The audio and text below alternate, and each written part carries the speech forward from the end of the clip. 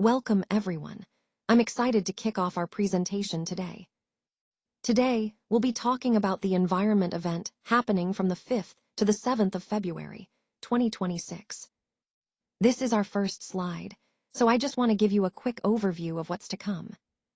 We'll cover the key details of the event, what to expect, and how you can get involved. So let's get started. Today, I'm excited to share some fascinating news from the marine world.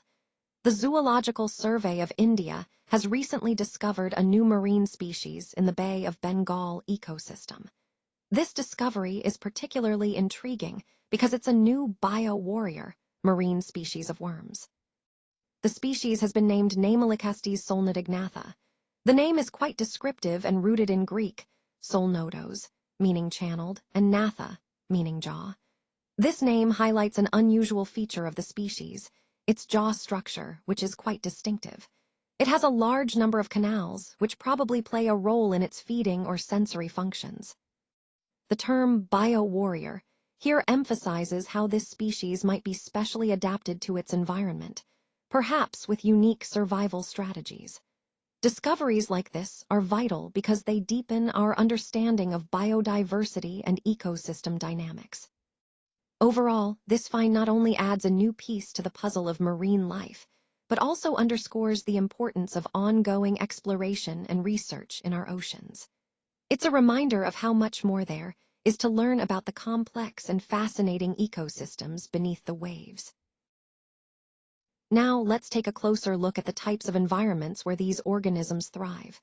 They are typically found in extreme conditions, such as sulfide-rich, foul-smelling mudflats. These areas might sound unappealing, but they are quite fascinating. They're mainly located on decomposing mangrove wood and hardened clay, which provide a unique habitat. Understanding these habitat requirements is essential because it directly influences their survival.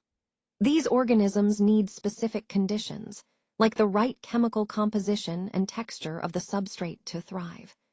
Recognizing these key habitat features helps us appreciate how specialized and adapted they are to such harsh environments.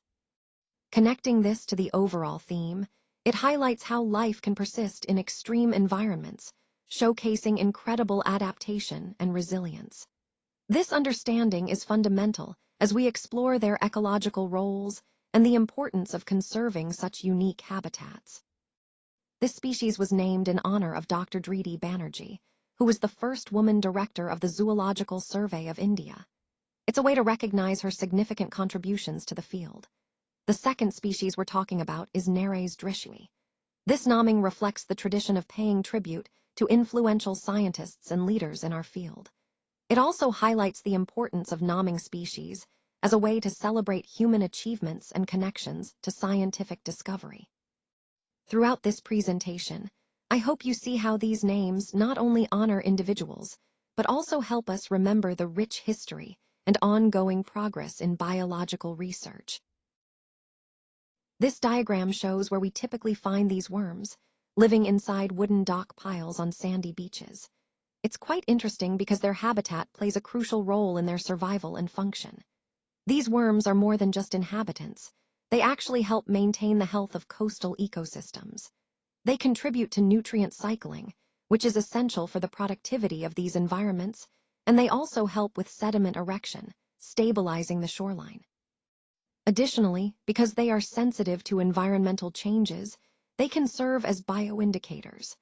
That means their presence or absence can tell us a lot about the health of the ecosystem. Finally, it's important to understand that their habitat needs are quite specific. They require certain conditions to survive and thrive. This habitat requirement is essential to keep in mind when considering conservation efforts or studying their ecological role. Overall, their habitat connects directly to their function and importance in coastal health. The Zoological Survey of India, or ZSI, was established on July 1, 1916, and is headquartered in Kolkata. It functions under the Ministry of Environment, Forest and Climate Change, which highlights its role in conservation and research. The first director of ZSI was Thomas Nelson Annandale, serving from 1916 to 1924, and he played a foundational role in shaping the organization.